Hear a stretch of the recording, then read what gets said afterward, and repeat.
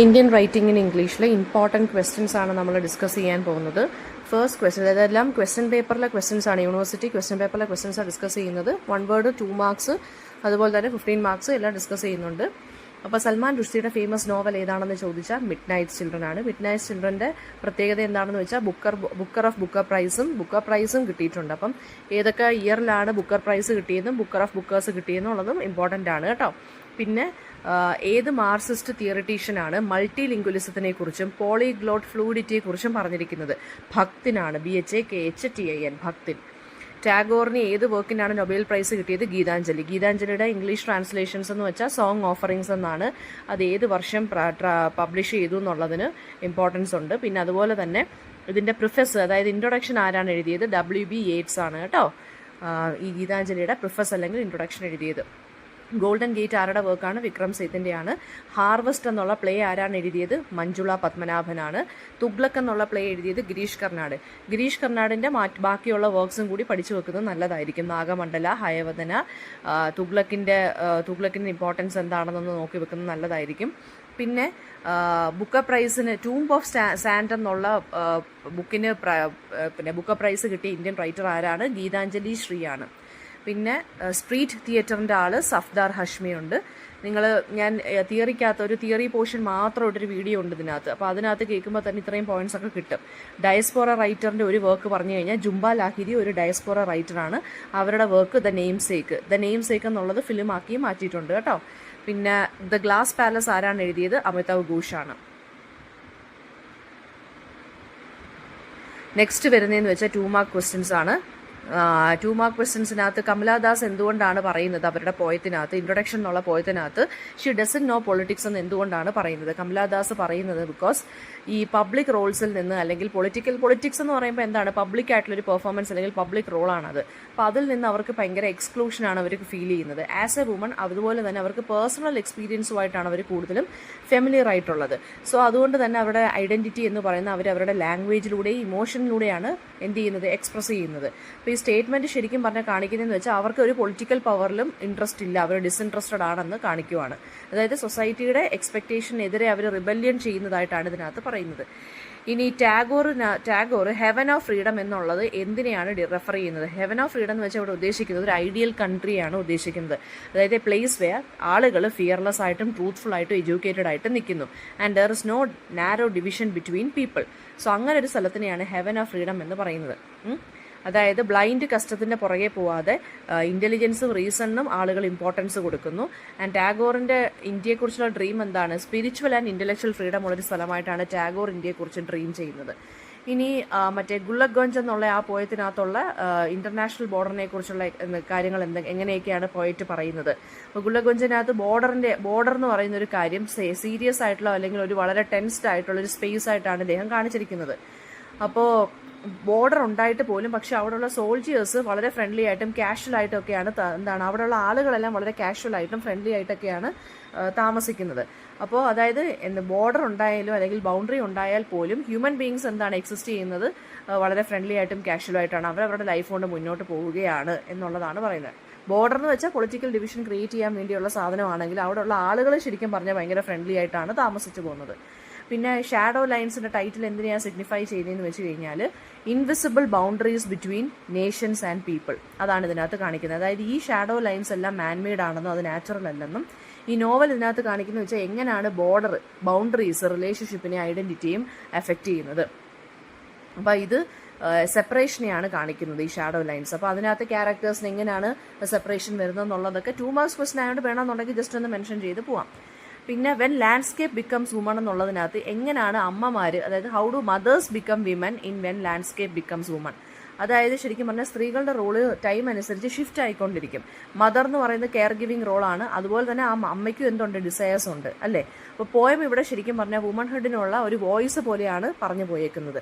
മദർഹുഡിനും beyond ആയിട്ട് ഒരു സ്ത്രീക്ക് ഒരു ഐഡന്റിറ്റി ഉണ്ട് എന്നാണ് ഇതിനകത്ത് പറഞ്ഞേക്കുന്നത്. അതായത് ഒരു സ്ത്രീയെ ആ ഒരു ഫുൾ ഇൻഡിവിജ്വാലിറ്റിയിൽ അല്ലെങ്കിൽ ഒരു ഫുൾ പേഴ്സണാലിറ്റിയിൽ പറയുന്ന പോവമാണ് ഇതെന്ന് പറയുന്നത്. ഇനി അടുത്തത് why does Ravi refuse to join the new game in games at twilight. ഇപ്പോൾ രവി ശരിക്കും പറഞ്ഞാൽ ഹാർട്ട് ബ്രോക്കൺ ആണ് because he is being ignored by other children. And ഒരു ഹൈഡ് ആൻഡ് സീക്കിൽ ശരിക്കും പറഞ്ഞാൽ ഒരു ഹീറോ ആയിട്ട് വിൻ ചെയ്യണം എന്നായിരുന്നു രവി എക്സ്പെക്ട് ചെയ്തിരിക്കുന്നത്. പക്ഷേ ദേ ഫോർഗോട്ട് ഹിം ആൻഡ് അവർ അടുത്ത ഗെയിം തന്നെ തുടങ്ങി. അപ്പോൾ അത് ശരിക്കും പറഞ്ഞാൽ അവനെ ഒരു ഇൻവിസിബിൾ അല്ലെങ്കിൽ റിജക്റ്റഡ് ആക്കി മാറ്റി, അല്ലെ അയാളെ നെഗ്ലക്ട് ചെയ്ത പോലെ ആയില്ലേ. So he refuses to join. ആ ഒരു പെയിൻ ഉണ്ടല്ലോ, ബീയിങ് ലെഫ്റ്റ് ഔട്ട്, അതായത് ഒഴിഞ്ഞു മാറി നിൽക്കേണ്ടി വന്ന ആ ഒരു പെയിനെ കുറിച്ചാണ് ഇതിനകത്ത് സംസാരിക്കുന്നത്. ഇനി അമച്വർ തിയേറ്റർ ഇൻ ഇന്ത്യ, അത് നോൺ പ്രൊഫഷണൽസ് ആണ് പെർഫോം ചെയ്യുന്നത്. സോഷ്യൽ ഇഷ്യൂസിനെ കുറിച്ചും ലോക്കൽ കൾച്ചറിനെ കുറിച്ചുമാണ്. സ്കൂൾസിലും സ്ട്രീറ്റ്സിലും കമ്മ്യൂണിറ്റി ഹാൾസിലാണ് അത് പെർഫോം ചെയ്യുന്നത്. ക്രിയേറ്റിവിറ്റിയെ, അവയർനെസ്സിനെ അത് എൻകറേജ് ചെയ്യുന്നു. ഈ മെസ്സേജസ് സ്പ്രെഡ് ചെയ്യാൻ, അതായത് കൊമേഴ്ഷ്യൽ പ്രഷർ ഇല്ലാതെ മെസ്സേജസ് സ്പ്രെഡ് ചെയ്യാനായിട്ട് ഇതാണ് യൂസ് ചെയ്യുന്നതാണ് അമേച്വർ തിയേറ്റർ. പിന്നെ അടുത്ത ക്വസ്റ്റ്യൻ എന്ന് പറയുന്നത് നാഗമണ്ഡല റാണിയുടെ character sketch. Young Innocent girl ആണ്, മാരീഡ് ടു ആൻ ഓൾഡർ മാൻ, വളരെ ലോൺലി ആയിട്ട് നിൽക്കുവാണ്. ഫാൻറ്റസി ലവർ വരുന്നു, അതാണ് നമ്മുടെ ആരെന്ന് പറയുന്ന സർപ്പ വരുന്നത്, അതായത് നാഗ വരുന്നത്. എങ്ങനെയാണ് സ്ത്രീകളെ നെഗ്ലക്ട് ചെയ്ത് അവരെങ്ങനെ മാനേജ് ചെയ്യും കാര്യങ്ങൾ, അതാണ് ഇതിനകത്ത് പറഞ്ഞു പോകുന്നത്. ഓക്കെ. പിന്നെ അടുത്ത ക്വസ്റ്റ്യൻ എന്ന് പറയുന്നത് impact of romanticism on Indian writing in English. അത് റൊമാൻറ്റിസിസം ഇന്ത്യൻ റൈറ്റേഴ്സിനെയും ഇമോഷൻസും നേച്ചറിനെയും ഇമാജിനേഷനെയും ഇൻഡിവിജ്വൽ ഫ്രീഡത്തിനെയും ഫോക്കസ് ചെയ്യാൻ പ്രേരിപ്പിച്ചു. പേഴ്സണൽ വോയിസിനും ഒക്കെ ഇമ്പോർട്ടൻസ് കൊടുത്തു. ഈ റിജിഡ് ആയിട്ടുള്ള റൂൾസ് ആൻഡ് റെഗുലേഷൻസിൽ നിന്ന് ബ്രേക്ക് ഫ്രീ ചെയ്യാൻ അവരെ പ്രേരിപ്പിച്ചു. തോറു ദത്ത്, സരോജിനി നായിഡു ഒക്കെ ഈ റൊമാൻസിസത്തിന്റെ ആളുകളാണ് കേട്ടോ. അതുപോലെ തന്നെ നാഷണലിസം, നമ്മുടെ കൾച്ചറൽ പ്രൈഡ്, ഇതൊക്കെയാണ് ആളുകൾ ഇന്ത്യൻ റൈറ്റേഴ്സ് ഫോക്കസ് ചെയ്തത്. പിന്നെ സരോജിനി നായിഡുവിനെ എന്തുകൊണ്ടാണ് നൈറ്റിംഗേൾ ഓഫ് ഇന്ത്യ എന്ന് വിളിക്കുന്നത്? Because of A melodious and lyrical poetry. അവരുടെ പോംസ് ഇന്ത്യൻ കൾച്ചറിനെ കുറിച്ചും നേച്ചറിനെ കുറിച്ചും പേട്രിയോട്ടിസത്തിനെ കുറിച്ചുമാണ് സെലിബ്രേറ്റ് ചെയ്യുന്നത്. വളരെ മ്യൂസിക്കൽ റിതമൊക്കെ ഉള്ള പോംസ് ആണ് ഇവർ എഴുതുന്നത്. റിച്ച് ലാംഗ്വേജ് ആണ് ആൻഡ് ഇമോഷണൽ ബ്യൂട്ടിയും ഉണ്ട്. ഫ്രീഡം മൂവ്മെന്റിനെ കുറിച്ച് ഇവർ പറഞ്ഞു പോകുന്നുണ്ട്. പിന്നെ ആൻ ഇൻട്രൊഡക്ഷൻ എന്നുള്ള പോയത്തിനകത്ത് കമലാദാസ് എങ്ങനെയാണ് ജഡ്ജ്മെന്റൽ സൊസൈറ്റിയോട് റിയാക്ട് ചെയ്യുന്നത്, അതായത് അവരുടെ ഫ്രസ്ട്രേഷനാണ് ഈ ഒരു പോയത്തിനായിട്ട് എക്സ്പ്രസ് ചെയ്യുന്നത്. ഈ സ്ത്രീകളുടെ ഫ്രീഡത്തിന് മുകളിലുള്ള ലിമിറ്റേഷൻസിനെ കുറിച്ചാണ് അവർ സംസാരിക്കുന്നത്. So she actually becomes a rebel being told how to behave or speak, എങ്ങനെ സംസാരിക്കണം, എങ്ങനെ ബിഹേവ് ചെയ്യണമെന്ന് സ്ത്രീകളോട് പറയുന്ന ആ ഒരു kind of rules and regulations ഉണ്ടല്ലോ, അതിനെതിരെയാണ് അവരതിനകത്ത് സംസാരിക്കുന്നത്. പെയിൻ, ആങ്കർ, ഡിസയർ, ഇതൊക്കെയാണ് പറയുന്നത്. ഒരു കൺഫെഷണൽ സ്റ്റൈലാണ് എഴുതി പോയേക്കുന്നത്. വളരെ ബോൾഡായിട്ടും ഇമോഷണലായിട്ടും വളരെ പേഴ്സണലായിട്ടൊരു പോമാണ് ഇത്. പിന്നെ ത്രിദീപിന്റെ ഡെത്ത് എങ്ങനെയാണ് ഷാഡോ ലൈൻസിൽ? ത്രിദീപ് ശരിക്കും പറഞ്ഞു കഴിഞ്ഞാൽ റൈറ്റിന്റെ സമയത്ത് ഒരു റിലേറ്റീവിനെ രക്ഷിക്കാൻ ശ്രമിക്കുമ്പോഴാണ് ധാക്കയിൽ വെച്ച് മരണപ്പെടുന്നത്. അയാളുടെ ഡെത്ത് സിംബോളിക്കാണ്, കാരണം പൊളിറ്റിക്കൽ ബോർഡേഴ്സ് ഉണ്ടായിട്ട് പോലും വയലൻസസ് ഹാപ്പൻ ചെയ്തു. അപ്പം നറേറ്റർ ശരിക്കും പറഞ്ഞാൽ ഇതിനെക്കുറിച്ച് അറിയുന്നത് ഫ്രാഗ്മെന്റഡ് മെമ്മറീസിലൂടെയാണ്. ത്രിദീപ് അതുകൊണ്ടൊരു ട്രാജിക് ഫിഗറാണ് who believed in imagination and unity. So അയാളുടെ ഡെത്ത് ശരിക്കും പറഞ്ഞാൽ ഫാമിലിയിൽ ഒരു ഡീപ്പ് ഇമ്പാക്റ്റ് ആണ് കൊണ്ടുവരുന്നത്. ഇനി തോറുദത്തിന്റെ എ ട്രീ ഓഫ് ലൈഫിനകത്ത് എന്താണ് ഡിസ്കസ് ചെയ്യുന്നത്? ലോസ്, ഫെയ്ത്ത്, റിന്യൂവൽ, ഇതിങ്ങനെയുള്ള തീംസ് ആണ് ഡിസ്കസ് ചെയ്യുന്നത്. മിത്ത് ആൻഡ് മെമ്മറി ഉണ്ട്. അതുപോലെ തന്നെ ഫാമിലിയുടെ പെയിനെ കുറിച്ചും പറയുന്നുണ്ട്. ട്രീ എന്ന് പറയുന്നത് സിംബലൈസ് ചെയ്യുന്ന ഹോപ്പ് ആൻഡ് കണ്ടിന്യൂറ്റി ആണ്. സോ അത് സഫറിങ്ങിലുണ്ട്. പോം എൻഡ് ചെയ്യുന്നത് സ്പിരിച്വൽ സ്ട്രെങ്ത്തിലാണ് കേട്ടോ. പിന്നെ ടാഗോറിന്റെ പോയിട്രി എങ്ങനെയാണ് ഇന്ത്യൻ നാഷണലിസ്റ്റ് പോയിറ്റുമായിട്ട് ഡിഫറെൻ്റ് ആവുന്നത്? ടാഗോറിന്റെ പോയിട്രി സ്പിരിച്വലും യൂണിവേഴ്സലുമാണ്. അതായത് പൊളിറ്റിക്കൽ പോംസ് മാത്രമല്ല ടാഗോർ എഴുതിയത്. ഇന്നർ ഫ്രീഡത്തിനെ കുറിച്ച്, ഹ്യൂമൻ വാല്യൂസിനെ കുറിച്ചുമാണ്, അല്ലാതെ നാഷണലിസം അല്ലെങ്കിൽ അഗ്രസീവ് ആയിട്ടുള്ള നാഷണലിസത്തിനെ കുറിച്ചല്ല അദ്ദേഹം പറഞ്ഞത്. വളരെ ജെന്റിലായിട്ടും ഹ്യൂമനിസ്റ്റിക് ആയിട്ടുള്ള ടോണിലുമാണ് അദ്ദേഹം എഴുതുന്നത്. ബാക്കിയുള്ളവരെന്ന് വെച്ച് കഴിഞ്ഞാൽ ട്രൂ പേട്രിയോട്ടിസം ഒക്കെ ഉണ്ടെങ്കിലും ഭയങ്കര അഗ്രസീവ് ആയിട്ടുള്ള നാഷണലിസമാണ് ബാക്കിയുള്ള പോയിറ്റ്സിന്റെ ഇതിനകത്ത് കാണുന്നത്. പിന്നെ അടുത്ത ക്വസ്റ്റ്യൻ എന്ന് പറയുന്നത് ഷാഡോ ലൈൻസ് എന്ന് പറയുന്നൊരു പോസ്റ്റ് കൊളോണിയൽ നോവലായി മാറുന്നത് എങ്ങനെ? അതൊരു പവർഫുൾ ആയിട്ടുള്ള പോസ്റ്റ് കൊളോണിയൽ നോവലാണ്. പൊളിറ്റിക്കൽ ബോർഡേഴ്സിനെ കുറിച്ചാണ് സംസാരിക്കുന്നത്. ഹ്യൂമൻ റിലേഷൻഷിപ്പ്, ഐഡന്റിറ്റി, മെമ്മറി ഉണ്ട്. ഇന്ത്യ, ബംഗ്ലാദേശ്, ഇംഗ്ലണ്ടിലൂടെയാണ് ഈ കഥ പറഞ്ഞു പോകുന്നത്. ഹിസ്റ്ററി ഓഫ് പാർട്ടീഷനെ കുറിച്ചും പറയുന്നുണ്ട്. നാഷണൽ ബൗണ്ടറീസിനെ കുറിച്ചാണ് ഇത് സംസാരിക്കുന്നത്. എങ്ങനെയാണ് ഈ ബൗണ്ടറീസ് അല്ലെങ്കിൽ ഷാഡോ ലൈൻസ് ആളുകളെ ലൈഫിൽ എഫക്റ്റ് ചെയ്യുന്നത്? ത്രിദീപ് എന്നുള്ള ക്യാരക്ടറിനെ കുറിച്ച് പറയുക, ത്രിദീപിന്റെ ഡെത്തിനെ കുറിച്ച് പറയുക. അതുപോലെ തന്നെ മെമ്മറി ആൻഡ് സ്റ്റോറി ടെല്ലിംഗ് ആണ് ഇതിനകത്ത് കീ ടൂളായിട്ട് യൂസ് ചെയ്തിരിക്കുന്നത്. ഒരു അൺനെയിംഡ് ആയിട്ടുള്ള നറേറ്ററാണ്. അയാളാണ് ഈ മെമ്മറീസ്, ബാക്കിയുള്ളവരുടെ മെമ്മറീസിലൂടെ ഈ സ്റ്റോറി നമുക്ക് സ്റ്റോറിയുടെ പീസസ് പുട്ട് ഫോർവേഡ് ചെയ്യുന്നത് നമുക്ക് വേണ്ടി വായിക്കാൻ. പേഴ്സണൽ ഹിസ്റ്ററീസ് ആണുള്ളത്. ഒരു ലോജിക്കൽ ടൈം ലൈൻ അല്ല ഉള്ളത്, ലീനിയർ ടൈം ലൈൻ അല്ല, നോൺ ലീനിയർ ആയിട്ടുള്ള സ്റ്റോറി ടെല്ലിംഗ് ആണ്. പിന്നെ ഡയസ്പോറയാണ് ഇതിനകത്തൊരു ഇമ്പോർട്ടൻറ്റ് തീം. അതായത് ക്യാരക്ടേഴ്സ് അങ്ങോട്ടും ഇങ്ങോട്ടും കൺട്രീസിലോട്ട് ട്രാവൽ ചെയ്ത് നിൽക്കുവാണ്. സോ അവർക്കൊരു നൊസ്റ്റാൾജിയ, കൾച്ചറൽ ബാഗേജ് അവർക്ക് തന്നെ ഉണ്ട്, പ്രശ്നങ്ങൾ തന്നെ ഉണ്ട്. പിന്നെ പോസ്റ്റ് ഇൻഡിപെൻഡൻറ്റ് ഗവൺമെന്റ്സിനെ അവർ ക്രിട്ടിസൈസ് ചെയ്യുന്നുണ്ട് ഈ ഒരു ഇതിനകത്ത്. പിന്നെന്താണ്, ഇൻഡിപെൻഡൻസ് എന്ന് വെച്ച് കഴിഞ്ഞാൽ എല്ലാവർക്കും പീസ് ആൻഡ് സമാധാനമല്ല കൊണ്ടുവരുന്നതെന്നും പറയുന്നു. പിന്നെ വരുന്നതെന്ന് വെച്ച് കഴിഞ്ഞാൽ the plural and the singular എന്നുള്ള എസ്സേക്കകത്ത് സച്ചിദാനന്ദൻ എന്തിനെക്കുറിച്ചാണ് പറയുന്നത് എന്നുള്ളത് ഞാൻ ഫസ്റ്റ് ഇതിനു വേണ്ടി മാത്രം ഒരു ഓഡിയോ ഞാൻ ഇട്ടിട്ടുണ്ട്, ഈ ഒരു എസ്സേക്ക് വേണ്ടി മാത്രം. അത് ഇന്ത്യൻ ലിറ്ററേച്ചർ റിച്ച് ഡൈവേഴ്സിറ്റിയെ കുറിച്ചാണ് പറയുന്നത്. He argues that Indian literature എന്ന് പറയുന്നതിനെ ഒരു സിംഗിൾ ട്രഡീഷനായിട്ട് കൺസിഡർ ചെയ്യാൻ പറ്റത്തില്ല. കാരണം ഇന്ത്യ എന്ന് പറയുന്നത് it is made up of many languages, cultures and histories. അപ്പോൾ അതിന് തന്നെ ഒരു പ്ലൂറാലിറ്റി അല്ലെങ്കിൽ ഒരു പ്ലൂറൽ നേച്ചർ ഉണ്ട്. സോ അതുകൊണ്ട് നമുക്ക് ഒറ്റ കിടക്കീടിലാക്കി ഇന്ത്യൻ ലിറ്ററേച്ചർ എന്ന് പറയാൻ സാധിക്കുകയില്ല. എല്ലാത്തിനെയും സെലിബ്രേറ്റ് ചെയ്യണം, എല്ലാ റീജിയണൽ ഡൈവേഴ്സിറ്റിയെ നമ്മൾ സെലിബ്രേറ്റ് ചെയ്യണം, എല്ലാ സ്റ്റേറ്റിലെ ലിറ്ററേച്ചറിനെ സെലിബ്രേറ്റ് ചെയ്യണം എന്നാണ് ഇദ്ദേഹം പറയുന്നത്. ആൻഡ് അതായത് പിന്നെന്താണ് റീജിയണൽ ലാംഗ്വേജസ് ആയിട്ടുള്ള Malayalam, Tamil, Assamese and many other ലാംഗ്വേജസിനൊക്കെ സ്ട്രോങ് ലിറ്റററി ട്രഡീഷൻസ് ആണുള്ളത്. സോ ഇവരുടെ ഇങ്ങനെയുള്ള സ്റ്റേറ്റുകളെ ലിറ്റററി വോയിസസ് നമ്മൾ കേൾക്കണം, മനസ്സിലാക്കണം എന്നാലേ റിയൽ ഇന്ത്യ മനസ്സിലാക്കാൻ സാധിക്കൂ എന്നാണ് അദ്ദേഹം പറയുന്നത്. ആൻഡ് ഓൾസോ ട്രാൻസ്ലേഷൻ്റെ കാര്യം ഇദ്ദേഹം പറയുന്നുണ്ട്. ട്രാൻസ്ലേഷൻ വഴിയാണ് എല്ലാ രീതിയിലും നമ്മൾ കണക്റ്റഡ് ആവുന്നത്, അല്ലേ? വേറെ സ്റ്റേറ്റിലുള്ളതൊക്കെ നമ്മൾ ട്രാൻസ്ലേറ്റ് ചെയ്യുമ്പോൾ, ഇംഗ്ലീഷിലോട്ട് ട്രാൻസ്ലേറ്റ് ചെയ്യുമ്പോൾ നമുക്ക് വായിക്കാൻ സാധിക്കും, അല്ലേ? അപ്പോൾ ട്രാൻസ്ലേഷൻ നമ്മുടെ ഹെൽപ്ഫുൾ ആണെന്ന് പറയുന്നുണ്ട്. പിന്നെന്താണ് ഇദ്ദേഹം പറയുന്നതെന്ന് വെച്ച് കഴിഞ്ഞാൽ ചില സമയത്ത് ചില പൊളിറ്റിക്കൽ ഫോഴ്സസ്, ചില മാർക്കറ്റ് ഫോഴ്സസ് ഒക്കെ ചിലപ്പം ഈ ഫ്യൂ വോയിസസ് മാത്രമേ പ്രൊമോട്ട് ചെയ്യത്തുള്ളൂ. സോ ഇന്ത്യൻ ലിറ്ററേച്ചർ എന്ന് പറയുമ്പോൾ നമ്മൾ ഇന്ത്യയുടെ മൾട്ടി ലിംഗ്വൽ നേച്ചറിനെ മറന്നു പോകരുത് എന്നാണ് അദ്ദേഹം പറയുന്നത്. ആൻഡ് ലിറ്ററേച്ചറിൻ്റെ റോൾ എന്ന് പറയുന്ന ഒരു ചലഞ്ചിങ് പവർ തന്നെയാണ്. ഈ ദളിത്, ട്രൈബൽ, ഫെമിനിസ്റ്റ് റൈറ്റേഴ്സ് അവരൊക്കെ പുതിയ പേഴ്സ്പെക്റ്റീവ്സ് ആണ് കൊണ്ടുവരുന്നത്. സോ ഈ മാർജിനലൈസ്ഡ് കമ്മ്യൂണിറ്റീസിൻ്റെയൊക്കെ റൈറ്റിംഗ്സ് നമ്മൾ വായിക്കണം, ട്രാൻസ്ലേഷൻ നടത്തണം. ഇവരെയൊക്കെ മനസ്സിലാക്കിയാൽ റിയൽ ഇന്ത്യയെ മനസ്സിലാക്കാൻ സാധിക്കൂ എന്നാണ് അദ്ദേഹം പറയുന്നത്. പിന്നെ വരുന്ന ക്വസ്റ്റ്യൻ എന്ന് വെച്ച് കഴിഞ്ഞാൽ മെമ്മറി ഇൻ ഇമാജിനറി ഹോംലാൻഡ്സ്. ഇമാജിനറി ഹോംലാൻഡ്സ് എന്നുള്ള നോവലിനകത്ത് സൽമാൻ റുഷ്ദി പറയുന്നത്,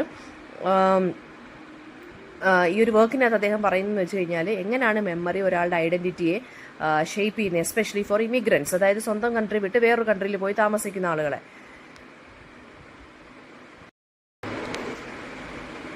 അപ്പോൾ ഈ മെമ്മറീസ്, അതായത് ഇമിഗ്രൻസ് ഞാനിപ്പോൾ എന്താണെന്ന് ഡിഫൈൻ ചെയ്തു. അപ്പം ഇങ്ങനെയുള്ള ആളുകളുടെ ശരിക്കും പറഞ്ഞാൽ അവർ മെമ്മറി വെച്ചിട്ടാണ് അവരുടെ പാസ്റ്റുമായിട്ട് കണക്റ്റ് ആവുന്നത്, അല്ലെങ്കിൽ അവരുടെ ഹോംലാൻഡുമായിട്ട് കണക്റ്റ് ആവുന്നത്. സോ അവരുടെ മെമ്മറീസ് എന്ന് പറഞ്ഞാൽ ഇമോഷണലി വളരെ റിച്ച് ആയിരിക്കും. സോ അവർക്ക് പുതിയ ലാൻഡുമായിട്ടൊരു സെൻസ് ഓഫ് ബിലോങ്ങിങ് ആ പഴയ മെമ്മറീസ് വെച്ചിട്ട് ഇവർക്ക് ശരിക്കും പറഞ്ഞാൽ അവരെ ഹെൽപ്ഫുൾ ആക്കും, അതായത് മൈൻഡ് ഒന്ന് പീസ്ഫുൾ ആക്കാൻ സാധിക്കും. അതിനെക്കുറിച്ചാണ് ശരിക്കും പറഞ്ഞാൽ ഈ ഒരു വർക്കിനകത്ത് അദ്ദേഹം സംസാരിക്കുന്നത്. പിന്നെ ഗെയിംസ് അറ്റ് ട്വൈലൈറ്റിനകത്തുള്ള ചൈൽഡ് സൈക്കോളജി എന്താണെന്ന്, ഇത് ശരിക്കും പറഞ്ഞ ഒരു ചൈൽഡിൻ്റെ ഇമോഷണൽ വേൾഡാണ് ഈ സ്റ്റോറിക്കകത്ത് ക്യാപ്ചർ ചെയ്യുന്നത്. രവിക്ക് ഭയങ്കര എക്സൈറ്റ്മെൻറ്റും ഹോപ്പും ഇതൊക്കെ ഉണ്ട്, പക്ഷെ അവസാനം ഡീപ്ലി ഡിസപ്പോയിൻറ്റഡ് ആവുകയാണ്. കാരണം ഈ കുട്ടി ഒരു ഗെയിമിൽ ഹൈഡ് ചെയ്യുന്നു, റെക്കഗ്നൈസ് ചെയ്യുമെന്ന് വിചാരിച്ചു, പക്ഷേ ഈ കുട്ടി എല്ലാവരും മറന്ന് പുതിയ ഗെയിമിലോട്ട് എല്ലാവരും കയറുകയാണ് ചെയ്യുന്നത്. അപ്പം ഇത് അവൻ്റെ ഫീലിങ്സും അവനെ ഒരു ഇൻവിസിബിൾ ആക്കി മാറ്റുകയും ചെയ്തു, അല്ലേ? അപ്പോൾ സിമ്പിൾ ഗെയിംസ് ആണെങ്കിൽ പോലും ഒരു കുട്ടിയുടെ മൈൻഡിനെ അത് നല്ല ഡീപ്പായിട്ട് എഫക്റ്റ് ചെയ്യും എന്നുള്ളതാണ് ഇത് കാണിക്കുന്നത്. പിന്നെ ഇന്ത്യൻ ഇംഗ്ലീഷ് നോവലിസ്റ്റായിട്ട് മനു ജോസഫിൻ്റെ ഏറ്റവും ഇമ്പോർട്ടൻറ്റ് വർക്ക് എന്ന് പറയുന്നത് വളരെ വിറ്റി ആൻഡ് ക്രിട്ടിക്കൽ റൈറ്റിംഗ് ആണ്. സീരിയസ് മെൻ എന്നുള്ളതാണ് ഇദ്ദേഹത്തിന് important work. Class, ambition, hypocrisy in urban ഇന്ത്യയെക്കുറിച്ചാണ് എഴുതുന്നത്. സറ്റയർ എഴുതുന്നുണ്ട്, സൊസൈറ്റിയെ കളിയാക്കി എഴുതുന്നുണ്ട്. ക്യാരക്ടേഴ്സ് എന്ന് പറയുന്നത് ഓഫൺ ഫ്ലോഡ്, കുറച്ച് നെഗറ്റീവ് ഉള്ള ക്യാരക്ടേഴ്സാണ്, പക്ഷേ റിലേറ്റബിൾ ആണ്. വളരെ ബോൾഡ് ആൻഡ് മോഡേൺ വോയിസ് ആണ് ഇദ്ദേഹത്തിൻ്റേത്. പിന്നെ ഷാഡോ ലൈൻസിലും ക്യാരക്ടറായിട്ടുള്ള മേ പ്രൈസിനെ കുറിച്ച് ചോദിക്കും. മേ പ്രൈസ് ഒരു ബ്രിട്ടീഷ് വുമണാണ്. ട്രിഡീബായിട്ട് ക്ലോസ് ബോണ്ട് ഉണ്ട്, ജെന്റിൽ ഇമോഷണൽ ആണ്, മോറലി അപ്രൈറ്റ് ആണ്. ട്രിഡീബിൻ്റെ ഡെത്തിന് ശേഷം ആ കുട്ടിക്ക് അവർക്ക് ഭയങ്കര ഗിൽറ്റ് ആൻഡ് സോറോ ഫീൽ ചെയ്യുന്നുണ്ട്. And she returns to India. വളരെ കമ്പാഷനേറ്റ് ഉള്ള ഒരു ക്യാരക്ടറാണ്. പിന്നെ ഗ്രാൻഡ് മദർ എങ്ങനെയാണ് ടെറിബിൾ മേട്രിയാർക്കിയിൽ. ഗ്രാൻഡ് മദർ സ്ട്രിക്റ്റ് ആണ്, കൺസർവേറ്റീവ് ആണ്, ഹൗസ് ഹോൾഡ് കൺട്രോൾ ചെയ്യുന്നു. And she believes that girls എന്ന് പറയുന്നത് should not enjoy the same freedom as boys. പിന്നെന്താണ്, റിജിഡ് ജെൻഡർ റോൾസ് ആണുള്ളത് ഗ്രാൻഡ് ഡോട്ടറിൻ്റെ മുകളിൽ ഇവർ ഇമ്പോസ് ചെയ്യുന്നത്. ആൻഡ് ഓൾസോ എന്താണ്, ട്രഡീഷനും ചേഞ്ചും നമ്മളൊരു ക്ലാഷിനെ റെപ്രസെൻറ്റ് ചെയ്യുന്ന ക്യാരക്ടറാണ് ഇവരുടേത്. പിന്നെ അലിഗർ എന്നുള്ളതിനകത്ത് എന്താണ് ഡിസ്കസ് ചെയ്തിരിക്കുന്നത്, real life struggles of A പ്രൊഫസറാണ് ഇതിനകത്ത് പറയുന്നത്. പിന്നെ എന്താണ്, പ്രൈവസി, ഐഡൻറ്റിറ്റി, ഹ്യൂമൻ റൈറ്റ്സിനെ കുറിച്ച് പറയുന്നുണ്ട്. മോറൽ പോലീസിങ്ങിനെ കുറിച്ച് പറയുന്നുണ്ട്. പിന്നെ ഫ്രീഡം ആൻഡ് ഡിഗ്നിറ്റിയെക്കുറിച്ചും പറയുന്നുണ്ട്. പിന്നെ കൊളോണിയലിസത്തിൻ്റെ ഇമ്പാക്റ്റ് എന്താണെന്ന് ചോദിച്ചു കഴിഞ്ഞാൽ പുതിയ തീംസ് എന്താണെന്ന് എഴുതണം, റൈറ്റേഴ്സിനെ കുറിച്ചും എഴുതണം, അവരുടെ വർക്ക്സിനെ കുറിച്ചുമാണ് എഴുതേണ്ടത്. അത് ഞാൻ പറഞ്ഞു തന്നിട്ടുണ്ട്. പിന്നെ അത് ഞാനൊരു തിയറി പോർഷൻ മാത്രമായിട്ടൊരു ഓഡിയോ ഇട്ടിട്ടുണ്ട്, ഒരു 40 മിനിറ്റ് ഓഡിയോ. അതിനകത്ത് ഫുൾ കവർ ചെയ്യുന്നുണ്ട് ഞാൻ, പോയിന്റ്സ് മാത്രമായിട്ട് പറഞ്ഞ്. പിന്നെ അടുത്തതെന്ന് വെച്ചാൽ നിസിം ഇസിക്കിൻ്റെ പോയട്രിയെക്കുറിച്ച്, father of modern Indian English പോയട്രിയാണ്. Simple, witty and deeply human പോയട്രിയാണ് ഇദ്ദേഹത്തിൻ്റേത്. അർബൻ ലൈഫിനെ കുറിച്ചും ഐഡൻറ്റിറ്റിയെക്കുറിച്ചും കൾച്ചറൽ കൺഫ്യൂഷനെക്കുറിച്ചും പറയുന്നുണ്ട്. പിന്നെ ഓണസ്റ്റി ആൻഡ് ഹ്യൂമറസ് ആയിട്ടാണ് ഇദ്ദേഹം റെപ്രസെൻറ്റ് ചെയ്യുന്നത്. പിന്നെ നാഗമണ്ഡല എങ്ങനെയാണ് പേട്രിയാർക്കിയെ റെപ്രസെൻറ്റ് ചെയ്യുന്നത്. അപ്പോൾ പേട്രിയാർക്കിയെ കുറിച്ച് പറയുമ്പോൾ അതിനകത്ത് പറയേണ്ട കാര്യങ്ങളെന്ന് വെച്ചാൽ എന്ന് പറയുന്ന പേട്രിയാർക്കിയുടെ ഒരു വിക്റ്റിമാണ്. കല്യാണം കഴിച്ചേക്കുന്ന അപ്പണ്ണ ഒരു കൺട്രോളിങ് ഹസ്ബൻഡാണ്, അവരെ ഇമോഷണലി ഡിസ്റ്റൻ്റ് ആയിട്ടുള്ള ഹസ്ബൻഡാണ്, യാതൊരു വിധത്തിലുള്ള ഫിസിക്കൽ റിലേഷൻഷിപ്പ് ഇവർ തമ്മിലില്ല, അയാൾക്കൊരു കോൺക്യുബൈനുമായിട്ടൊരു ബന്ധമുണ്ട്, അത് പറയുക, ഇയാൾ കൂട്ടിക്കൊണ്ട് പോകുന്ന കാര്യം പറയുക, ഡോറൊക്കെ ലോക്ക് ചെയ്തുകൊണ്ട് പോകുന്ന കാര്യം പറയുക. പിന്നെ റാണി അവസാനം ഒരു ലവ് അഫെയർ കണ്ടെത്തുമ്പോൾ പോലും അയാൾ പ്രഗ്നൻ്റ് ആകുമ്പോൾ ഇയാൾ വില്ലേജേഴ്സിന് മുമ്പ് വെച്ച് സ്ലട്ട് ഷെയിം ചെയ്യുന്നുണ്ട്, വില്ലേജേഴ്സ് ഇവരെ തിരിച്ച് ക്വസ്റ്റ്യൻ ചെയ്യുന്നുണ്ട്. അതൊക്കെ പേട്രിയാർക്കിയുടെ ഭാഗമാണ് കേട്ടോ. പിന്നെ പക്ഷേ ഹസ്ബൻഡ് ഈ കോബ്ര എന്ന് പറയുന്ന ഈ അപ്പണ്ണയ്ക്ക് ഓപ്പോസിറ്റ് ആയിട്ടുള്ളൊരു ക്യാരക്ടറാണ്, വളരെ ലവിങ് ആൻഡ് കെയറിങ് ആണ്. പിന്നെ ഫാൻറ്റസി ആൻഡ് റിയാലിറ്റിയുടെ കാര്യം പറയുക. അവസാനം എന്താണ്, ഹസ്ബൻഡ് അൺഫെയ്ത്ത്ഫുൾ ആണ്, പക്ഷെ റാണി ഫെയ്ത്ത്ഫുൾ ആകണം എന്നുള്ള ഡബിൾ സ്റ്റാൻഡേർഡ് ഇതിനകത്തുണ്ട് അല്ലേ. പിന്നെ ഹിപ്പോക്രസിയെ അതാണ് പേട്രിയാർക്കിയുടെ ഹിപ്പോക്രസിയാണ് അത് കാണിക്കുന്നത്. പിന്നെ ഫോക്ലോറും ഫെമിനിസ്റ്റ് കൺസേൺസുമാണ് ഇതിനകത്തുള്ളത്. പിന്നെന്താണ് ഇതിനകത്ത് പറയുന്നതെന്ന് വെച്ച് കഴിഞ്ഞാൽ സ്ത്രീകളുടെ റോൾ എന്താണ് പേട്രിയാർക്കിൽ, അത് എക്സാമിൻ ചെയ്യുന്നു. പിന്നെ ലാസ്റ്റ് ഈ വില്ലേജേഴ്സ്, അതായത് ഈ പൊത്തിൽ കൈയിടാൻ ആ നാഗമണ്ഡല പ്ലേ കേൾക്കുമ്പോൾ മനസ്സിലാവും ഈ റാണി ഇന്നസെൻ്റ് ആണെന്നല്ലെങ്കിൽ പിന്നെന്താണ് റാണിക്ക് പിന്നെ ഇൻഫിഡിലിറ്റി ഒന്നും ഇല്ല എന്ന് തെളിയിക്കാൻ വേണ്ടി ഒരു കോബ്രയുടെ പൊത്തിനകത്ത് കൈയിടാൻ പറയുമ്പോൾ ഇവള് സ്നേഹിച്ച കോബ്രയാണ്ടാണ് കൊത്താതെ വെറുതെ വിട്ടത്. അപ്പോഴത്തേക്കും ഇയാൾക്ക് ഹസ്ബൻഡിന് ഭയങ്കര സ്നേഹമായോ ഇവള് ഫെയ്ത്ത്ഫുൾ ആണെന്ന് മനസ്സിലായി എന്നുള്ള രീതിയിൽ. അപ്പം അത് തന്നെ ഒരു ഹിപ്പോക്രറ്റിക് ആയിട്ടുള്ളൊരു ആറ്റിറ്റ്യൂഡാണ്. പിന്നെ ഇന്ത്യൻ ഇംഗ്ലീഷ് പോയിട്ടൊരു റീസെൻറ്റ് ട്രെൻഡ് ചോദിക്കുന്നുണ്ട്. അതെന്ന് വെച്ച് കഴിഞ്ഞാൽ എക്സ്പെരിമെൻറ്റേഷൻ പറയണം, identity, gender, politics, caste, environment. പിന്നെ മീന കന്ദസ്വാമിയെക്കുറിച്ച്, അരുന്ധതി സുബ്രഹ്മണ്യത്തിനെ കുറിച്ച് പറയുക. ഫ്രീ വേഴ്സിലാണ് എഴുതുന്നത്, ഇംഗ്ലീഷൊക്കെ ആയിട്ട് ഇംഗ്ലീഷ് ലാംഗ്വേജിൽ എഴുതുന്നവരുണ്ട്. ദളിത് പോയിട്രിയുടെ കാര്യം പറയുക.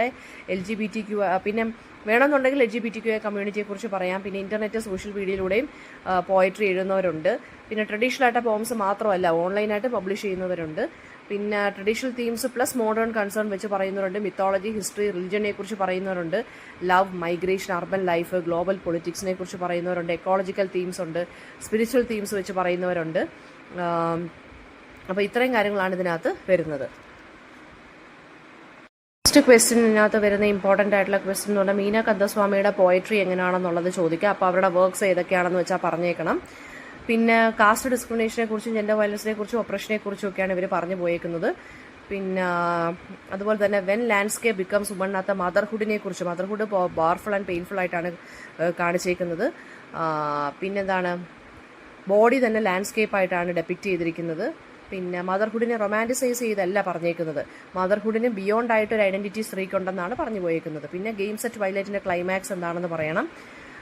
ക്ലൈമാക്സ് എന്ന് വെച്ച് കഴിഞ്ഞാൽ എന്താണ്, ഹാർട്ട് ബ്രേക്ക് ആവുന്നതാണ്, ക്യാരക്ടർ ഹാർട്ട് ബ്രോക്കൺ ആവുന്നതാണ് പറയുന്നത്. പിന്നെ trio of Indian English fiction, അത് എസ്സേ ആയിട്ടും അല്ലാതെയും ചോദിക്കാൻ. ട്രയോ എന്ന് ഉദ്ദേശിക്കുന്നത് ഇന്ത്യൻ ഇംഗ്ലീഷ് ഫിക്ഷനിലെ 3 ഗ്രേറ്റ് റൈറ്റേഴ്സ് ആരൊക്കെയാണ്, അത് R.K. നാരായൺ, മുൾക്രാജ് ആനന്ദ്, രാജാ റാവു. ഇവരെക്കുറിച്ച് എഴുതുമ്പോൾ ഇവരുടെ വർക്ക്സിനെ കുറിച്ചും ഇവരുടെ റൈറ്റിംഗ് സ്റ്റൈലിനെ കുറിച്ചും കംപ്ലീറ്റ് ആയിട്ട് എഴുതിക്കോണം. എസ്സേ ക്വസ്റ്റൻ ആയിട്ട് 4 മാർക്സ് ക്വസ്റ്റൻ ആയിട്ടും ഒക്കെ ചോദിക്കാം ഇത്. പിന്നെ അടുത്തതെന്ന് വെച്ച് കഴിഞ്ഞാൽ സ്വാമി എന്തുകൊണ്ടാണ് ഫാദറിൻ്റെ ലെറ്റർ ഡെലിവറി ചെയ്യാഞ്ഞത്? Because he was afraid to confront his headmaster, അത് കാരണം പണിഷ്മെൻറ്റ് കിട്ടുമെന്ന് വിചാരിച്ചു. സോ ഹി ഹെസിറ്റേറ്റഡ്, അങ്ങനെ ആൻഷ്യസ് ആയിട്ടാണ് ലെറ്റർ കീറിക്കളയുന്നത്. ആ ചൈൽഡിഷ് പാനിക് ആൻഡ് ഇമ്മെച്യൂരിറ്റിയാണ് ഇത് കാണിക്കുന്നത്. പിന്നെ ഇൻട്രൊഡക്ഷനകത്തുള്ള മെസ്സേജ് എന്താണെന്ന് ചോദിക്കാം. കാരണം ഇതിനകത്ത് ഞാൻ നേരത്തെ പറഞ്ഞ കാര്യങ്ങൾ തന്നെ, സ്ത്രീകളെക്കുറിച്ചുള്ള expectations, limitations, language, love and freedom, ഇതൊക്കെയാണ് കാണിക്കുന്നത്.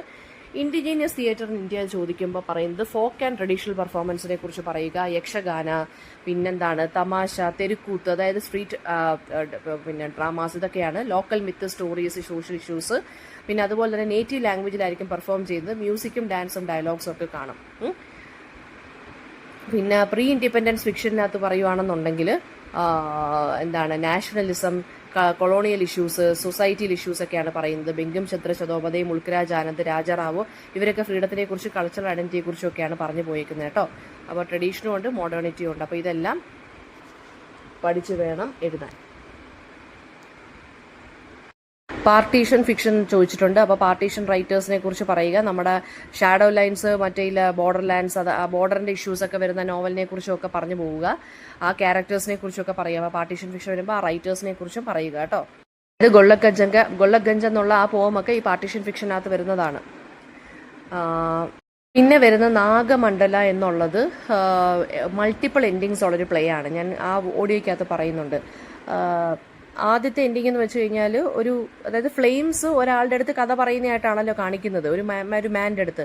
അപ്പോൾ ആദ്യത്തെ എൻഡിങ് എന്ന് വെച്ച് കഴിഞ്ഞാൽ ശരിക്കും പറഞ്ഞു കഴിഞ്ഞാൽ ഈ പാമ്പിനെ അടിച്ചു കൊല്ലുന്നൊരു എൻഡിങ് ഉണ്ട്.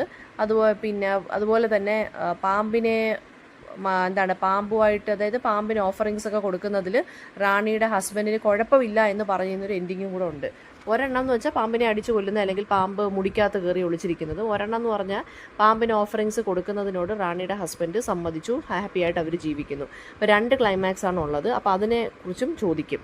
മൾട്ടിപ്പിൾ എൻഡിങ്സ് എന്തുകൊണ്ടാണ് വന്നതെന്നുള്ളത് ചോദിക്കാം, അല്ലെങ്കിൽ എന്തൊക്കെയാണെന്നുള്ളതും ചോദിക്കാം. റാണിയുടെ ക്യാരക്ടറും അപ്പണ്ണയുടെ ക്യാരക്ടറും ഒക്കെ നോക്കി വെച്ചേക്കുക. ഫെമിനിസം, പേട്രിയാർക്കിയൊക്കെ ഇതിനകത്ത് നോക്കി വെച്ചേക്കുക. എന്തെങ്കിലും ഡൗട്ട് ഉണ്ടെങ്കിൽ കമൻറ്റ് ബോക്സിൽ ചോദിക്കുക കേട്ടോ. അപ്പോൾ ഇമ്പോർട്ടൻ്റ് ആയിട്ടുള്ള ക്വസ്റ്റ്യൻസ് കുറേയൊക്കെ ഞാൻ ഡിസ്കസ് ചെയ്തു ഇതിനകത്തുനിന്ന്.